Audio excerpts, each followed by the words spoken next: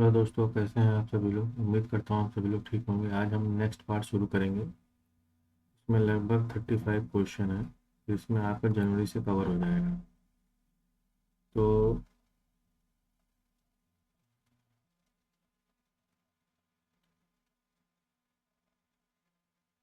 पहला इसमें क्वेश्चन है, ये हो गया। एक बार फिर से इसको करा दे रहा हूँ। राष्ट्रीय गौरव अपमान निवारण अधिनियम 1971 में प्रस्तावित संशोधन के संदर्भ में निम्नलिखित कथनों में विचार कीजिए। उपर्युक्त में से कौन सा गलत है। केंद्रीय मंत्रिमंडल ने 5 मई 2026 को राष्ट्रीय गौरव अपमान निवारण अधिनियम 1971 में संशोधन को स्वीकृति दे दी है, जिसका उद्देश्य राष्ट्रीय गीत वंदे मातरम के अपमान को दंडनीय अपराध बनाना है। ठीक है। अगला कथन है, वर्तमान में अधिनियम की धारा 3 के अंतर्गत भारतीय राष्ट्रीय गान के गायन को जानबूझकर रोकना, व्यवधान उत्पन्न करने पर 3 वर्ष तक कारावास, जुर्माना या दोनों दंडनीय है। ठीक है। गृह मंत्रालय द्वारा 6 फरवरी 2026 को जारी निर्देश के अनुसार यदि किसी कार्यक्रम में राष्ट्रीय गीत राष्ट्रीय गान दोनों बजाए जाते हैं तो राष्ट्रीय गान पहले बजाया जाएगा। यह अलग गलत है। पहले राष्ट्रीय गीत होगा, बाद में राष्ट्रीय गान होगा।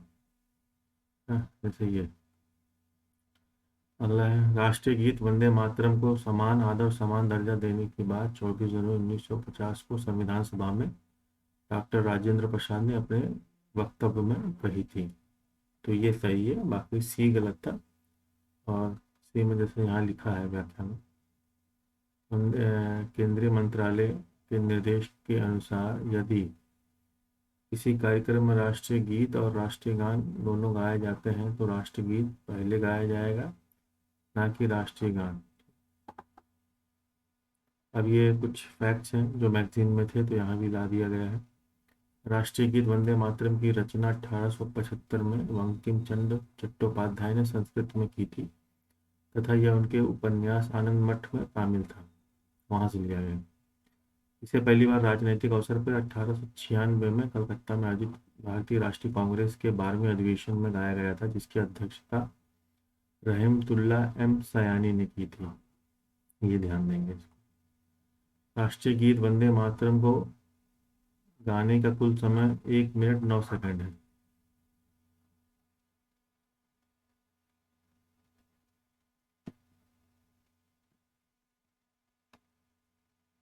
अगला प्रश्न, संविधान का 131वां संशोधन विधेयक 2026 के संदर्भ में निम्नलिखित कथनों पर विचार कीजिए। कौन सा गलत है बताना है हमें। तो पहला कथन है, यह विधेयक 16 अप्रैल 2026 को लोकसभा में प्रस्तुत किया गया था। ठीक है। परंतु 17 अप्रैल 2026 को लोकसभा में आवश्यक विशेष बहुमत प्राप्त न हो पाने के कारण यह पारित नहीं हो सका। तो यह सही है। इस विधेयक को पारित होने के लिए उपस्थित और मतदान करने वाले सदस्यों का 352 मतों की आवश्यकता थी। ये भी सही है। परंतु यह विधेयक आवश्यक संख्या पूरी न हो पाने से 54 मतों से असफल हो गया। ठीक है, ये भी सही है। इस विधेयक के तहत लोकसभा की अधिकतम संख्या 550 से बढ़ा के 850 करनी थी। ये भी सही है। इस विधेयक ने लोकसभा के साथ साथ राज्यसभा की अधिकतम सदस्य संख्या में भी अनुपातिक वृद्धि करने का प्रस्ताव रखा था। ये गलत है। यह संविधान व्याख्या क्या है, यह संविधान संशोधन विधेयक राज्यसभा की सदस्य संख्या में कोई बदलाव नहीं करता है। संविधान के अनुच्छेद 80 के अनुसार राज्यसभा में अधिकतम सदस्य संख्या 250 ही बनी रहेगी।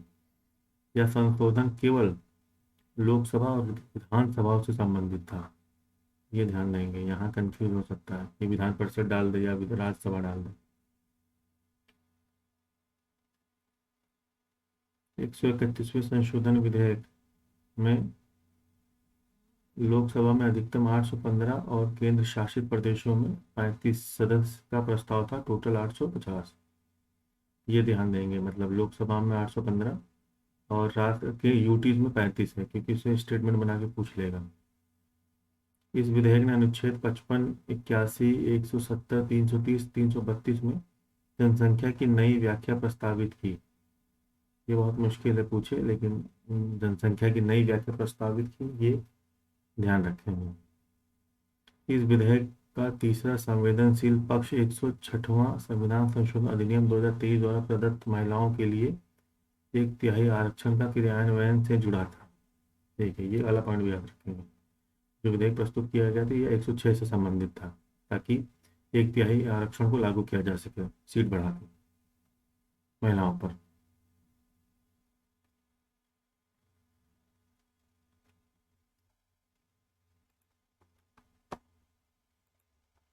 अगला प्रश्न है, और थोड़ा सा बड़ा कर देता हूँ। तीसरा प्रश्न है, लोकसभा अध्यक्ष ओम बिरला और मुख्य निर्वाचन आयुक्त ज्ञानेश कुमार के विरुद्ध 2026 में लाए गए प्रस्तावों के संवैधानिक प्रावधान के संदर्भ में निम्नलिखित कथनों पर विचार कीजिए, उपर्युक्त में से कौन सा गलत है। ठीक है, तो कथन ये है, लोकसभा अध्यक्ष को पद से हटाने का संवैधानिक व्यवस्था संविधान के अनुच्छेद 94 ग में निहित है, जिसके तहत तत्कालीन समस्त सदस्यों के बहुमत से प्रस्ताव पारित होना आवश्यक है। मतलब वहाँ जितने लोग तत्कालीन समस्त सदस्य हैं उनके बहुमत से ही प्रस्ताव पारित होगा।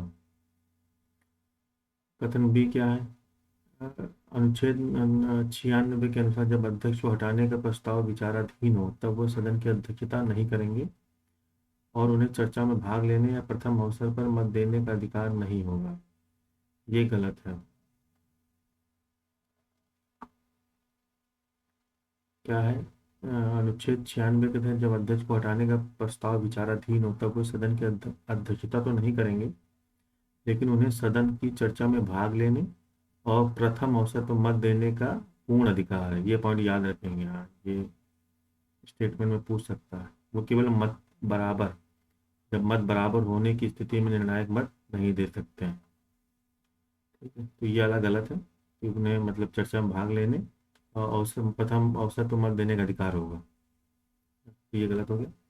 और अगला है, संविधान के अनुच्छेद 324(5) के अनुसार मुख्य निर्वाचन आयुक्त को केवल उसी प्रकार उन्हीं आधारों पर हटाया जा सकता है जैसे सर्वोच्च न्यायालय के न्यायाधीश को हटाया जाता है। तो ये सही है। मुख्य निर्वाचन आयुक्त को कैसे हटाएंगे, जो प्रक्रिया सर्वोच्च न्यायालय के न्यायाधीश के है को है हटाने की, वैसी ही है प्रक्रिया मुख्य निर्वाचन आयुक्त को हटाने के लिए।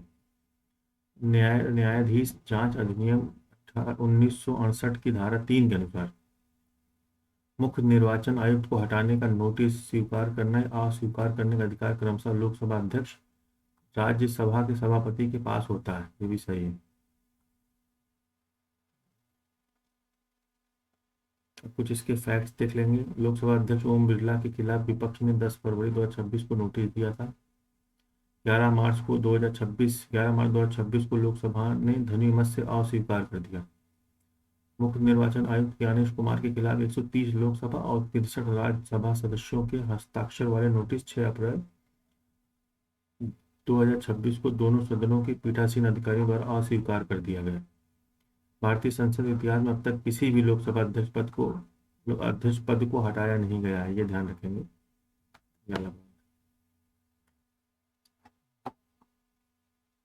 केरल राज्य का नाम बदलकर केरलम करने के विधिक या संवैधानिक प्रक्रिया के संदर्भ में निम्नलिखित कथनों पर विचार कीजिए, कौन सा गलत है, ये हमें देखना है।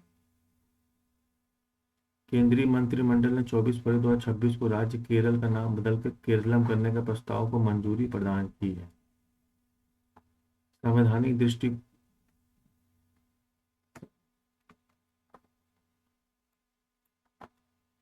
संवैधानिक दृष्टि से संविधान का अनुच्छेद 3 संसद को किसी राज्य का नाम परिवर्तित करने की अनन्य शक्ति प्रदान करता है।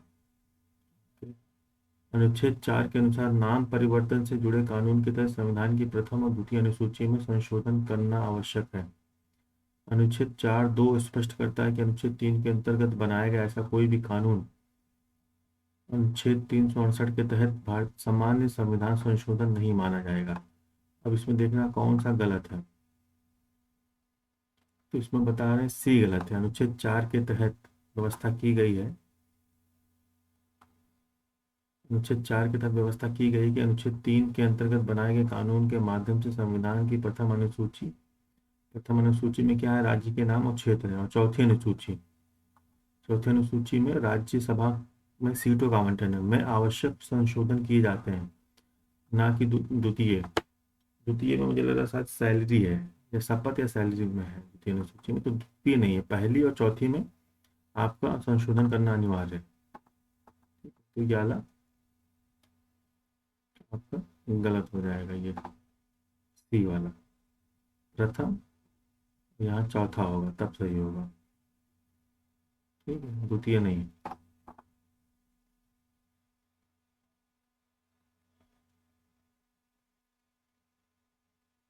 एग्जाम बूस्टर फैक्ट्स क्या है? केरल विधानसभा ने 24 जून 2024 को राज्य का नाम केरल से केरलम करने के लिए एक प्रस्ताव पारित किया था, क्योंकि मलयालम भाषा में इसे केरलम कहा जाता है। भाषा के आधार पर राज्यों का पुनर्गठन 1 नवंबर 1956 को किया गया था, और इसी दिन केरल पृथ्वी दिवस मनाया जाता है। अगला प्रश्न है, उभयलिंगी व्यक्ति अधिकारों का संरक्षण संशोधन अधिनियम 2026 के संदर्भ में निम्नलिखित कथनों पर विचार कीजिए, इसमें कौन सा गलत है ये बताइए। यह अधिनियम उभयलिंगी व्यक्ति अधिनियम 2019 में संशोधन करता है, और इसे 30 मार्च 2026 को राष्ट्रपति की मंजूरी प्राप्त हो गई, ये सही है। अगला कथन है, वर्ष 2026 के संशोधन के बाद ट्रांसजेंडर व्यक्ति की परिभाषा को हटाकर उन श्रेणियों की एक विशिष्ट सूची प्रदान की गई है जिन्हें इसमें शामिल किया जाएगा। सी क्या है? सी इसमें बता रहे हैं गलत है, तो इसमें है क्या? इसमें स्पष्ट किया गया है कि ऐसे व्यक्ति भी अधिनियम में शामिल होंगे जिनका सेक्सुअल ओरिएंटेशन, जो यौन अभिविन्यास है, भिन्न है, या जिनका स्वयं द्वारा महसूस की गई सेक्सुअल आइडेंटिटी अलग है। ये गलत है। इसमें क्या होगा? सी में संशोधन अधिनियम 2026 में यह पूर्णतः स्पष्ट किया गया है कि ऐसे व्यक्ति इसमें शामिल नहीं होंगे, और जिनका सेक्सुअल ओरिएंटेशन यौन भिन्न है या उनका स्वयं द्वारा महसूस की गई सेक्सुअल आइडेंटिटी अलग है, तो ये गलत है। डी क्या है? अधिनियम के तहत किसी भी बालिग व्यक्ति को अपहरण कर उसे जबरन ट्रांसजेंडर पहचान अपनाने के लिए मजबूर किया जाता है तो न्यूनतम 10 वर्ष से लेकर आजीवन कारावास का दंड निर्धारित है, ये सही है। इसमें ये सी वाला जो है ये गलत है, बाकी सब सही है। इस अधिनियम में सामाजिक सांस्कृतिक पहचान को, जैसे किन्नर, हिजड़ा, अरावाड़ी और जोगता को शामिल किया गया है। जबरन, प्रलोभन, धन, सर्जिकल, हार्मोनल प्रक्रियाओं, म्यूटिलेशन के माध्यम से ट्रांसजेंडर पहचान के लिए बात करने वाले की नई सूची में जोड़ा गया है। अगला एक प्रश्न है, ये हरीश राणा करके हैं जिनको अभी सुप्रीम कोर्ट ने इच्छा मृत्यु प्रदान की है। तो ये देखते हैं 11 मार्च 2026 की न्यूज़ है। इसमें क्या, ऐतिहासिक निर्णय के संदर्भ में निम्नलिखित कथनों पर विचार कीजिए, उपर्युक्त में से कौन सा कथन गलत है। हरीश राणा का मामला भारत में न्यायपालिका द्वारा स्वीकृत पैसिव यूथेनेसिया, निष्क्रिय इच्छा मृत्यु का पहला प्रत्यक्ष उदाहरण है, सही है। न्यायमूर्ति JB पर्दीवाला ने इस मामले में मुख्य निर्णय लिखा तथा न्यायमूर्ति KV विश्वनाथन ने सहमति राय दी, ये भी सही है। दोनों जस्ट है, ये याद रखेंगे।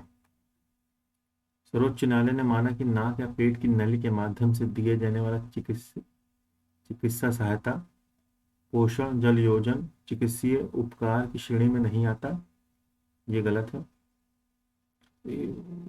इसमें लिखा है कि श्रेणी में नहीं आता, और लेकिन सर्वोच्च न्यायालय ने प्रश्न था कि क्या आपका ये चिकित्सीय सहायता, पोषण, जल योजन चिकित्सीय उपचार, इसको चिकित्सीय उपचार माना है, मतलब जो ये है ना। सर्वोच्च न्यायालय के समय मुख्य न्यायिक प्रश्न यही था कि CANH को चिकित्सीय उपचार माना जाए। न्यायालय ने अपने निर्णय में चिकित्सीय सहायता, पोषण और जल योजन को चिकित्सीय उपचार, मेडिकल ट्रीटमेंट घोषित किया और कहा कि इसे रोगी के सर्वोत्तम हित में विशेष परिस्थितियों में रोका या हटाया जा सकता है। तो अगला है, इस निर्णय को केंद्रीय संवैधानिक आधार पर भारतीय संविधान के अनुच्छेद 21, मतलब जो निर्णय दिया गया उसका आधार क्या है? अनुच्छेद 21, जिसके तहत सम्मान पूर्वक मृत्यु का अधिकार जीवन के अधिकार का एक अंग माना गया है। अब ये ध्यान देंगे, सम्मान पूर्वक मृत्यु का अधिकार किस आर्टिकल के अंतर्गत आता है, यूपीपीएससी में ये पूछ सकता है। तो वो है आर्टिकल 21। हम्म। अब ये हरीश राणा कौन थे? 2013 से लगभग अ, बिल्कुल बेड रेस्ट पे थे, है ना, जिसको ये परसिस्टेंट वेजिटेटिव स्टेट में थे, है ना, और 24 मार्च 2026 को एम्स में उनकी मृत्यु हो गई। सर्वोच्च न्यायालय ने इस मामले में कॉमन कॉज बनाम भारतीय संघ 2018 की संविधान पीठ के निर्णय को आधार बनाया, जिसमें निष्क्रिय इच्छा मृत्यु लिविंग विल को वैध माना था।